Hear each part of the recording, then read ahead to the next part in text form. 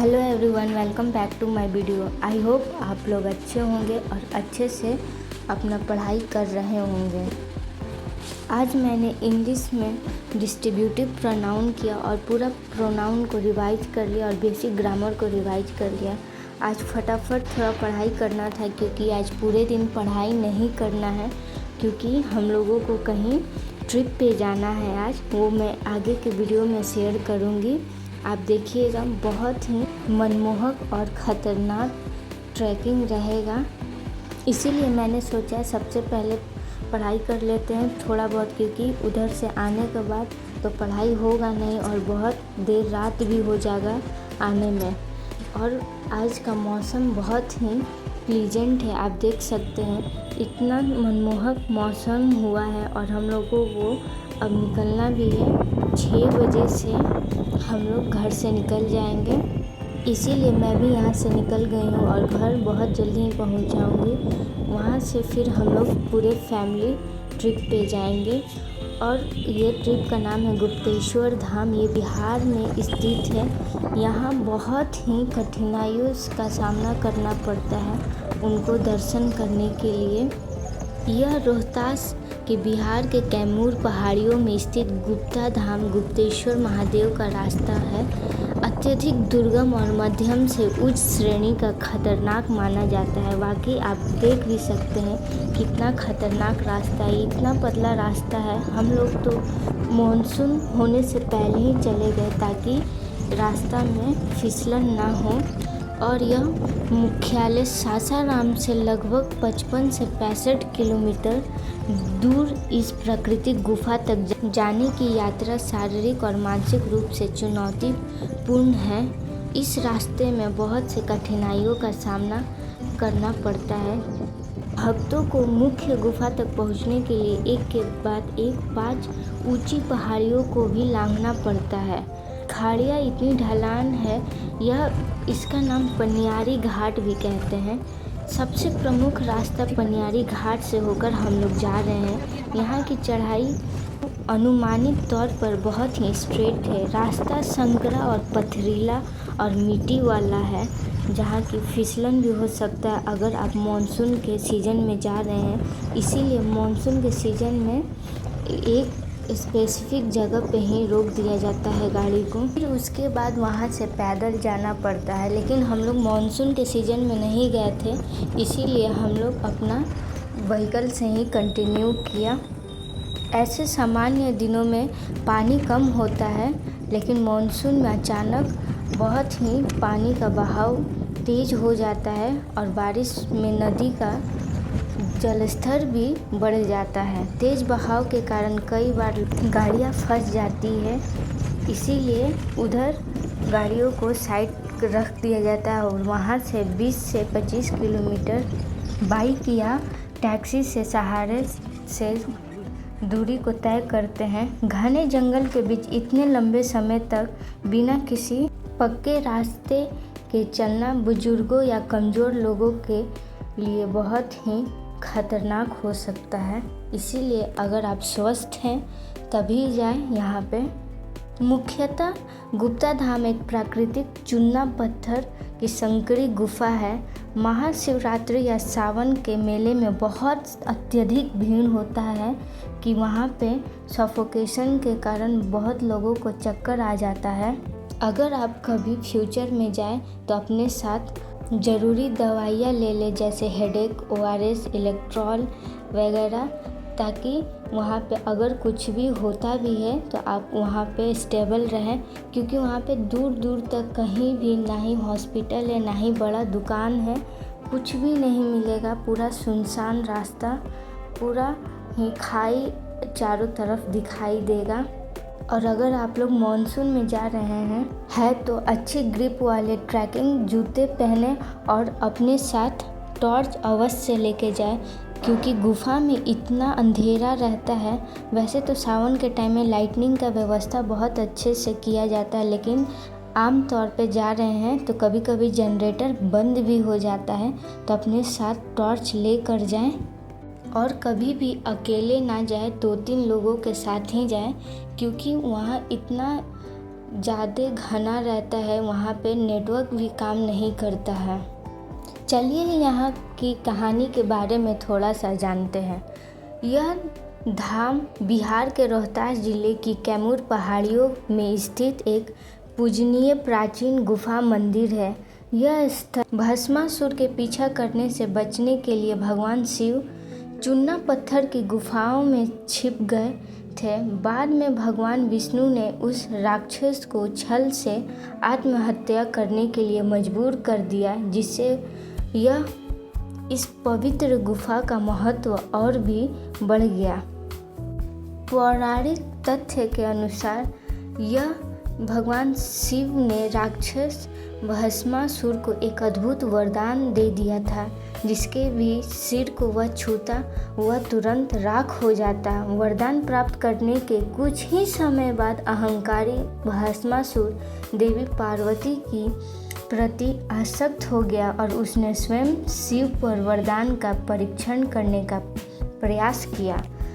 भागने पर विवश होकर भगवान शिव पर्वतमाला की गहरी अंधेरी और एकांत गुफाओं में विलीन हो गए और अंततः उस गुफा के मध्य में छिप गए।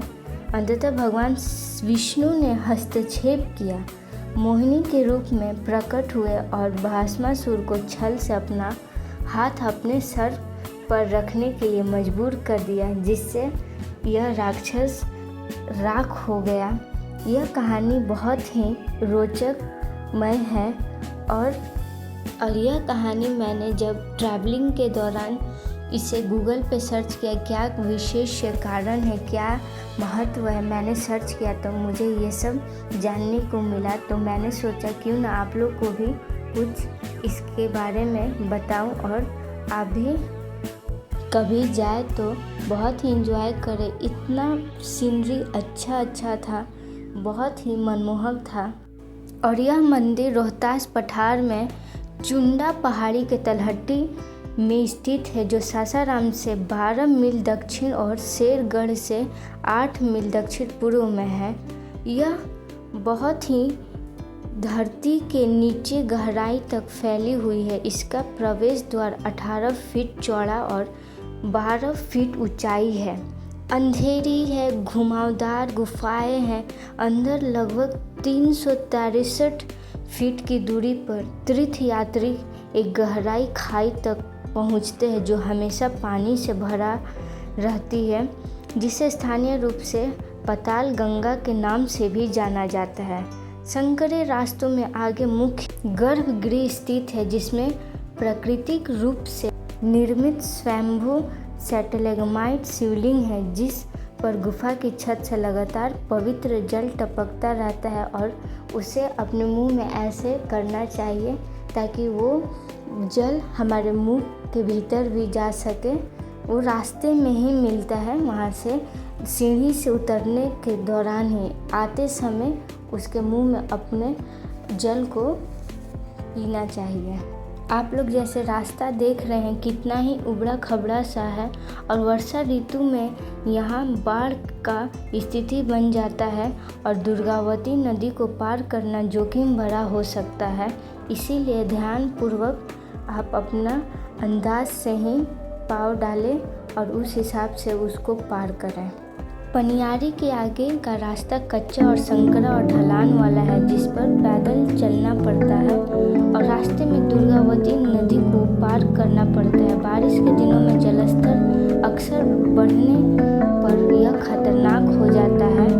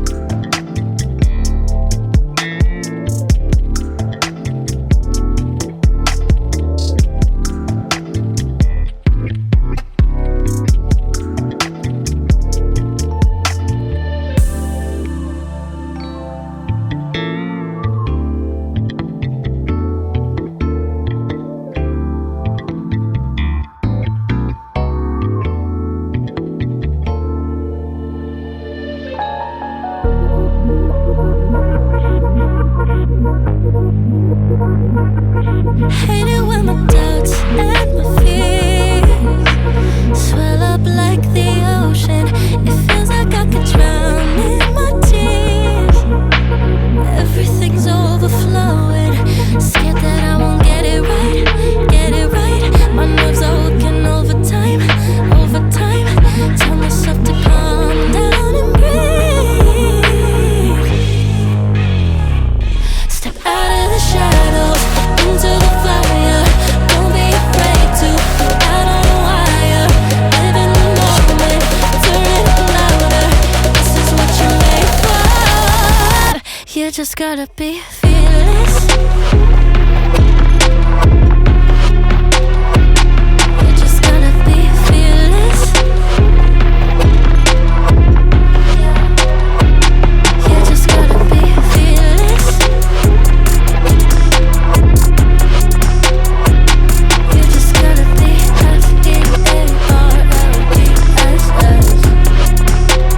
fearless.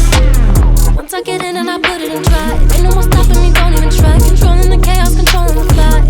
Yeah, that's all the shots that you don't say. You'll never be heard if you don't say. Just gotta get out your own way. You can't learn to fly on your own if you don't let go.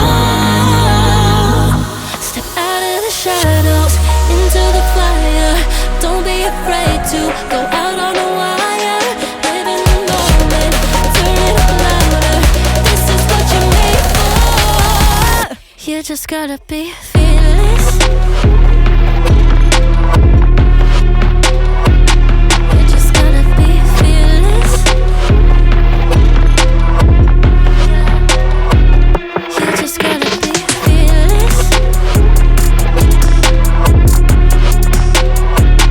You just gotta be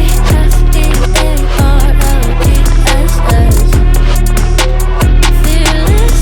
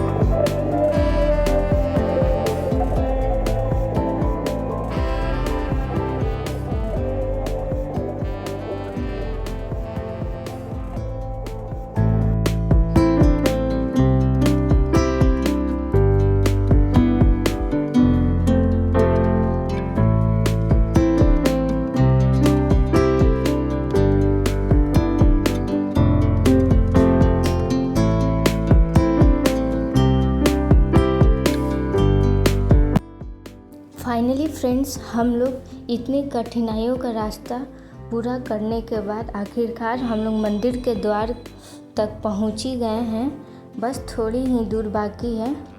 और आप लोग देख सकते हैं ये जो बांस का ऐसे लगा हुआ है, ये सावन के टाइम पे, अभी सावन आने वाला इसीलिए पूरा बन रहा है। उस टाइम यहाँ पे पूरे छोटे छोटे दुकान अच्छी तरह से बन जाएंगे।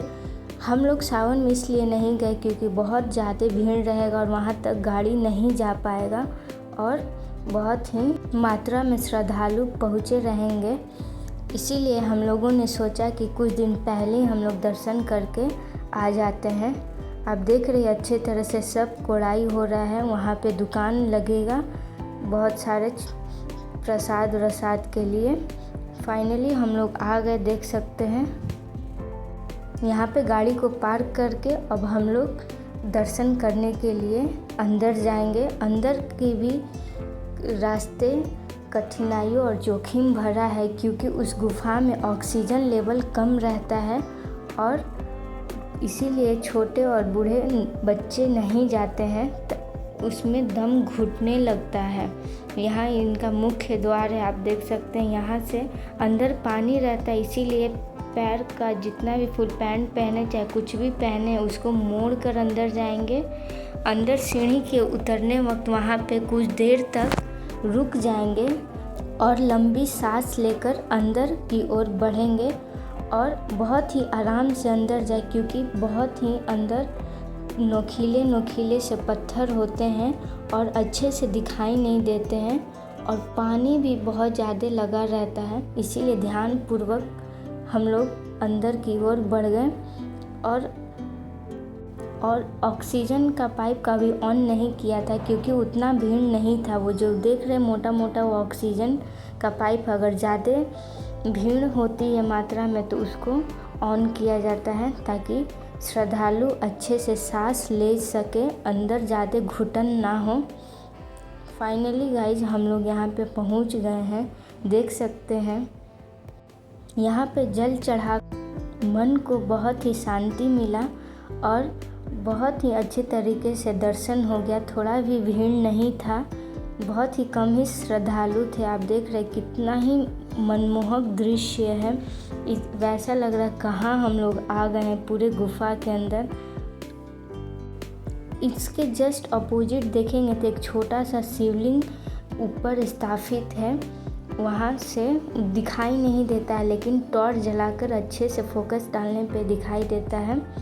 बहुत ही दृश्य लुभावना है और अंदर गलती से भी हड़बड़ाए नहीं तो बहुत ही परेशानी हो गई क्योंकि हल्का चक्कर सा लगता है आ रहा है, लेकिन वो फिर बाद में बैलेंस हो जाता है।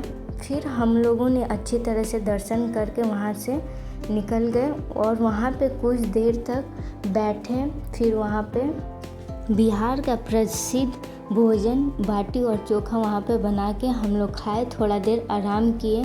मैंने वो सब व्यूज़ को कैप्चर नहीं कर पाई क्योंकि मैं बहुत थक गई थी और वहाँ पे ढेर सारे लंगूर भी थे, वो फ़ोन छीन के भाग जाते तो क्या ही मैं करती। इसीलिए अब हम लोग वहाँ से आराम करने के बाद फिर वहाँ से निकल गए क्योंकि 6 बजे तक वो जो डैम करमचंद डैम से वहाँ से फिर गेट बंद हो जाता है। इवनिंग टाइम का व्यू इतना ही सुंदर लग रहा था, चारों तरफ पहाड़ से ढका हुआ था और ऊपर सूर्यदेव डूब रहे थे, लग रहा है पहाड़ में छिपे हुए हैं। वहाँ से जैसे घने जंगल में कैनोपी कैसे आता है वैसे ही पूरा दृश्य लग रहा था। एकदम उनका जो रेज था पूरा फैला हुआ था। ये देख सकते हैं इतनी पहाड़े, चट्टान, पत्थर जो दिख रहा है। अभी जेसीबी से ये सब काटा गया है ताकि थोड़ा रास्ता को चौड़ा किया जा सके, जिससे कि आने जाने वाले श्रद्धालुओं को कोई दिक्कत ना हो क्योंकि बहुत ज़्यादा ही भीड़ होती है सावन मास में। आप देखेंगे कि इतना ज़्यादा भीड़ रहता है, आने जाने में, यहाँ से क्रॉस करने में 1 से 3 घंटा लग जाता है, इतना ही दूरी को पार करने में।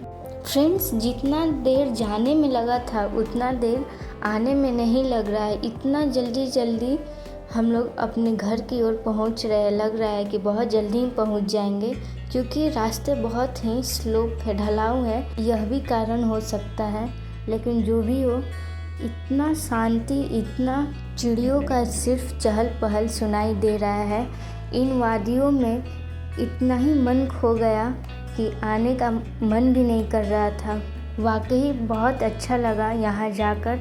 अब आगे एक वाटरफॉल आने वाला है, वहाँ से पानी गिरता है। वहाँ पे हम लोग रुक के थोड़ा देर फ़ोटो शूट किए, बैठे, मन थक गया था तो। फिर उसके बाद वहाँ से पहाड़ से पानी गिरता है। हम लोगों ने 2-3 बोतल में भी भर लिया, अगर इमरजेंसी में काम आए तो वो यूज हो सके, क्योंकि पूरा पानी अब ख़त्म हो चुका था, जितना भी हम लोग पानी ले गए थे।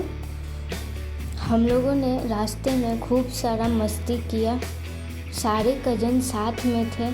हम लोगों ने खूब सारे बातें की। फिर पढ़ाई पे बातें आ गया, कौन क्या कर रहा है, क्या आगे लाइफ में अचीव करेगा, क्या गोल रहेगा, पूरा ये सब डिस्कस हुआ। अभी यह वीडियो एडिट करते वक्त ये पूरी बातें नॉस्टैल्जिया की तरह याद आ गया। यह ट्रिप काफ़ी ही मेमोरी भरा है, क्योंकि बहुत दिनों बाद पूरे फैमिली साथ में हम लोग ट्रिप पे गए।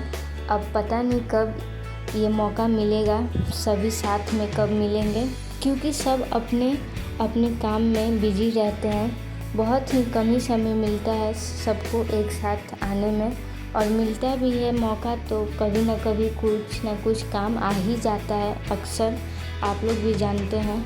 अब आगे का व्यूज़ को गाइस आप लोग एंजॉय करें।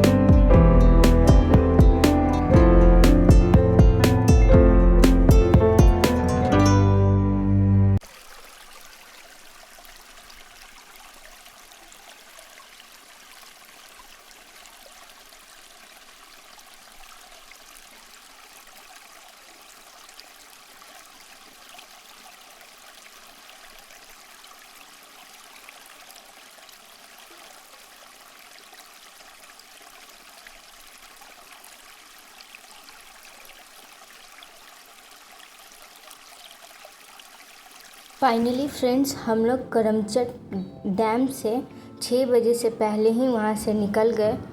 चलिए जानते हैं थोड़ा बहुत करमचट डैम के बारे में, क्या है क्या नहीं है, आइए जानते हैं।